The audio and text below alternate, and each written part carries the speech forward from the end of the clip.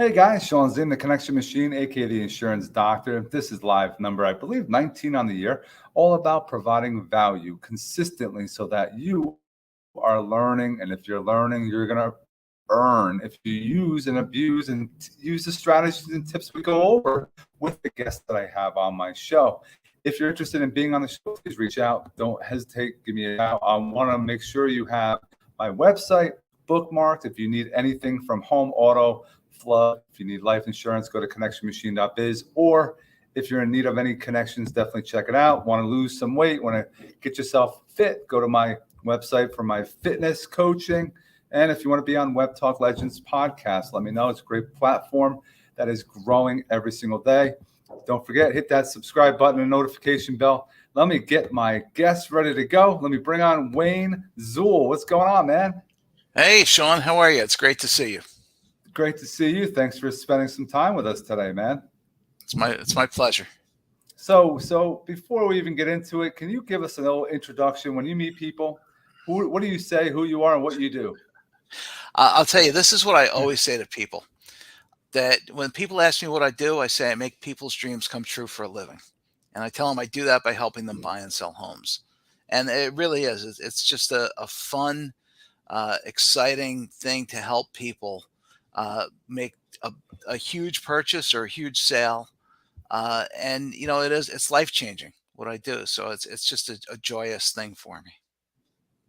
You mean you don't just get something under contract and then you disappear until closing? You actually work through the process? I do. I show up at inspections. I take care of the paperwork. I keep them apprised of the timelines. I give them referrals for people who do insurance like you and other contractors as well. And even after the deal is done, I stay in touch. It's very important to me to do that. And I prefer to have my clients end up becoming friends.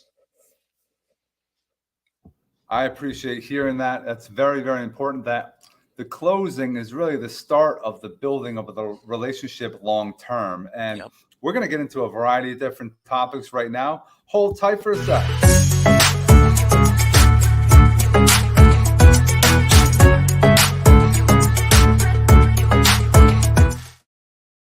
So with your background, you do some networking. I know you're involved heavily in the Rotary. Can you tell us more about it? What do you use it for, and how has it helped your business? Well, you know, it's interesting. I met somebody at a networking event. It was a speed networking event about 10 years ago. And one of the things that we had to do was you had to randomly pull a card out of a basket, and then you had to meet for coffee with the person whose card you pulled. And the person who pulled my card, it's a woman who owns a computer company. And we met for coffee. We had a terrific, conversation. And I was at the time I was starting a networking group, and she was interested in that. And she was very active with this Rotary Club. And it was a town that I used to live in, and it's a town that I do work in, which is Scotch Plains. And it's the Famwood Scotch Plains Rotary Club. And so I went to a meeting, and I was like, oh, wow. And I knew a bunch of people. And I saw that they were doing all this great work in the community and beyond. And so I got involved, and I became, after a year or two, I became the membership chair. And then I went into the chain from secretary to vice president to president. And that was, my term ended, it'll be 2 years on June 30th. So I've been out, but now I'm the club's foundation chair. So it's interesting. I've gotten several transactions from Rotary, but not directly. You build connections with people, and you meet people, you become friends, and that's where the business came from. It wasn't direct networking there. So it's very different because the object is service. You're there to make the world a better place. All about service, all about helping others first. That's all popular things that I think most should be starting to implement. A lot of people are all about sell, go into networking events, and their goal is to hand out tons of business cards and not really connect with anyone, no conversations, no going deep. And that's the wrong way of going about it. And is there any tips that you would share with someone that would go to an event? What should they be doing? Sit there and just drink all night and eat all night, or what? Well, no, you know what? Networking, there's a saying that it's not net eat, it's not net drink, it's net work. And you have to go out. I mean, I network. I probably do anywhere between 3 to 5, sometimes more meetings a week. And, a lot of them are over Zoom in the last couple of years, which is fine. But like last night, I was at a big event. There was about maybe 25 people. It wasn't that big, but uh, it's when I go to a networking event, I bring business cards with me. But my goal is not to hand them out. My goal is to meet people and talk to them, and you know, talk to them as a person. And yeah, obviously, I ask what they do, and then one of the things I always ask people is, well, who are you looking to meet? How can I help you? And by doing that, it gives them a sense of, okay, this guy's just not out for himself. He's here to help other people. And if I'm able to connect them with someone, uh, they're usually very thankful and they want to try to return the favor when they can. So, my advice to people when you're networking is don't go out and don't sell to anybody. Nobody wants to be sold to. Build relationships, uh, make friends. That's the goal in networking. And once you do that, the business will come. I agree wholeheartedly. I connect people all day long. That's how I've grown my business, by helping others first, not even talking about insurance, not talking about fitness, just having a conversation, finding out what are some pain points people are going through. Oh, I need this guy. I need this person. I need this. I need somebody to help me with social media marketing. I got a guy or I got a girl. That's not selling whatever product or service you're involved. And I like your background, man. You're all about what? The astronomy, the telescopes, the stars. Tell me, man. Yeah, it's been a lifelong hobby of mine. Ever since I was a little kid, I grew up in Cranford, not too far from the Sperry Observatory at Union County College. And when I was 7 years old, I made my first trip there and I was hooked. And over the years, I started, getting my own, equipment and learning. And I've built my own telescopes. And in the last couple of years, I've really gotten into the photography aspect of it. The picture that's behind me is a picture that I took back in February. I was Beautiful. out last night. I didn't go to bed till 1 in the morning because it was clear out, and I had the camera set up on with the telescope, taking pictures all night. And it looks like I'll be out again tonight and possibly Saturday, but I don't know. We'll see. But it's just I get a lot of joy out of it. It's kind of cool to see the perspective of where we are, how tiny we really are in the scheme of things. And then recently, back in September, I started my own astronomy podcast called the Astro Guy Podcast. And I have a YouTube channel, and it's on all the major podcast platforms. I'm doing 2 episodes a month. The first one is a What's Up in the Sky this month. So the What's Up in the Sky in May is coming out. I'm putting it out tomorrow uh, Cool. because there's some really cool things happening on the first. There's a lunar eclipse in May. There's all kinds of cool things going on. And then I talk about a couple of constellations.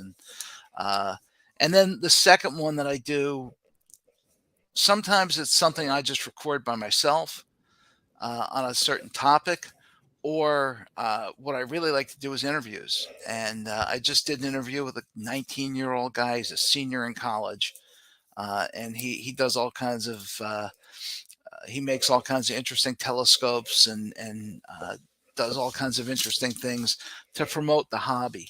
Uh, and I've interviewed a lot of other people as well, but it's a lot of fun. And I just like, the learning about where we are and our place in the cosmos. It's very humbling. And the guy, this 19-year-old kid, just said to me, he said, "This is the ultimate sense of perspective." At 19 years old. That's Yep. unreal. That's Yeah. excellent to have that kind of mindset. That's fantastic. And are you, like, not everybody has it, right? Have you ever integrated any of your astrology into your real estate business? A slogan, a marketing pitch, any of that type of thing? Have you thought about? Well, it's astronomy, not astrology. There's one's real and one's not. Um, but I've thought about it. I've thought about the agent to the stars, but that doesn't really work. Uh, it's funny because a lot of like I was at a home inspection on Wednesday, and I was talking with my buyers, and I was telling them about this work I do, and the wife was telling her husband, "Oh, you got to look at this. This is so cool." And I'm showing them pictures on my phone, and they're just blown away by it.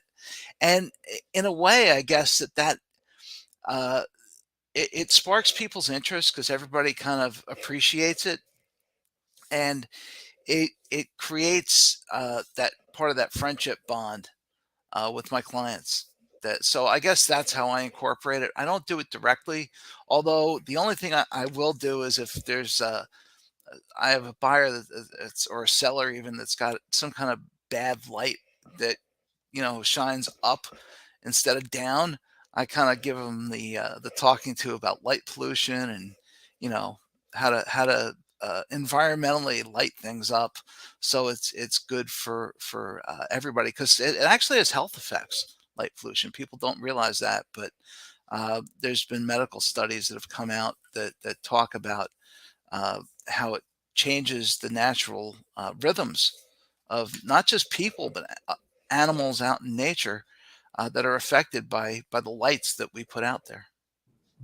It's awesome. That's incredible. It's amazing what we are surrounded by, and some people take into it and actually research it and get an education on it. But it's awesome to have a passion that you're actually sharing too. You have the podcast and doing all that. So I appreciate that. I hope that send me over a couple of those links. I'll put them in the description, guys. You'll see them after the video that you can actually click on and check out what Wayne's doing on that front. And the path with barbecue and it's coming up. We are in that time of the year. And are you more of You- the smoker or the grill? What is that you're all passionate about? Well, I'm a passionate smoker. The I got into it actually because of astronomy. In 2017, uh, my wife and I went to Kansas City to see the Great American Eclipse. And we were actually at a spot outside of Kansas City, but Kansas City's famous for barbecue. And we tried a bunch of it, and I was like, "Oh, this is amazing!" And then I started learning about it. And that year for Christmas, my wife got me a smoker, and then I've built a couple other. I've turned a couple of Weber grills into smokers. I actually have something cooking outside right now. I started a pork butt at 10 o'clock, and it won't be ready for dinner, but it'll be. I normally what I do is I portion it out and freeze it and put it in vacuum bags and freeze it, and then I have it whenever I actually give a lot of it away. Um, my kids like it, and I have a lot of friends that like it. The beef jerky is something that I really enjoy making, and that goes. I mean, I have people begging me to make it. Is it something that you are using a rub? Is it the way you're cooking it? Do you have technology? Are you one that knows how long it's going to take, or do you have things plugged into it? So you know the temperatures and things like that. I've got things plugged into it right here. I've got my I don't know if you can see that, but I've got the wireless thermometer outside, and there's two probes out there. One telling me the temperature of the inside the smoker, and one of inside the meat. So I do use that technology. I do have made my own rubs, but I like to experiment with different commercial ones. And I like really spicy stuff, but not everyone in my family does. So I kind of tone it back a little bit. But it's fun. It's I don't know how healthy it is. It's not unhealthy, uh, but it's not, I mean, I don't have it every day either. It's, but I do smoke year round. That's awesome. I mean, if you have it, you might as well use it. If you're creating and you're building others too. And yeah, like you said, some people like it hotter than others, spicier than others. Some don't. But hey, at least people are trying it. I tell that to my girls too. I'm like, try different things so that you will know if you like it or not. Don't just say, oh, I don't want to try it. So Right. I agree, man. I enjoy, and it's also camaraderie when you have people around. It's always like you talk to the person that's barbecuing or cooking, like that's where all the guys are in my house. We're always around the grill doing our thing, and the girls do whatever they're doing. Exactly. Yeah, exactly. So it's a lot of fun. I like it. Even things like in the when it's colder out, I'll actually smoke cheese. And I've smoked cheese and nuts. I usually do cheese twice a year, and I'll do like was it 6 or 8 pounds at a time, and then I vacuum seal it, and I don't open it for months anyway. But like my son-in-law, for example, he comes over and he's like, "Oh, you have smoked cheese?" Like, sure, let's go out to the freezer and you have a variety of things. No, that's fantastic, man. I We haven't talked in a while. I'm glad we're connecting this way as well. We'll definitely be in touch in the near future. Is there Definitely. anything final that you can share with those who are watching with us today? Well, on the subject of real estate, I will say that right now it's a wacky market for a lot of different reasons. The inventory is still ridiculously low.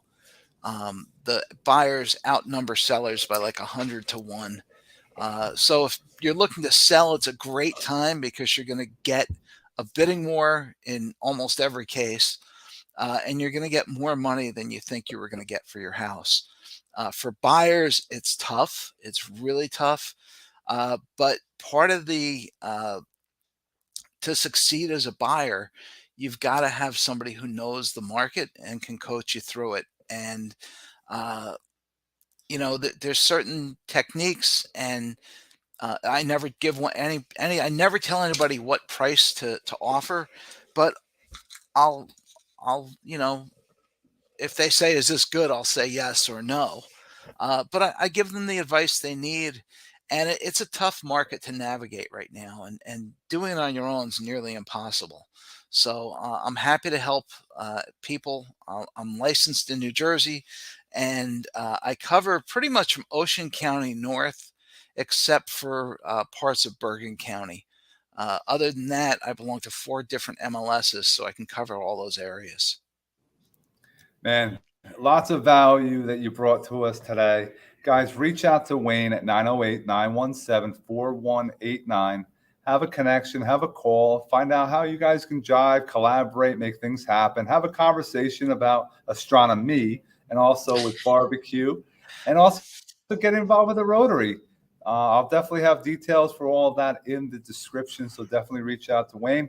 Wayne, I appreciate you coming on today, sharing some knowledge, and being with us today. Thank you. Thank you. It was my pleasure. Guys, have an awesome rest of your day.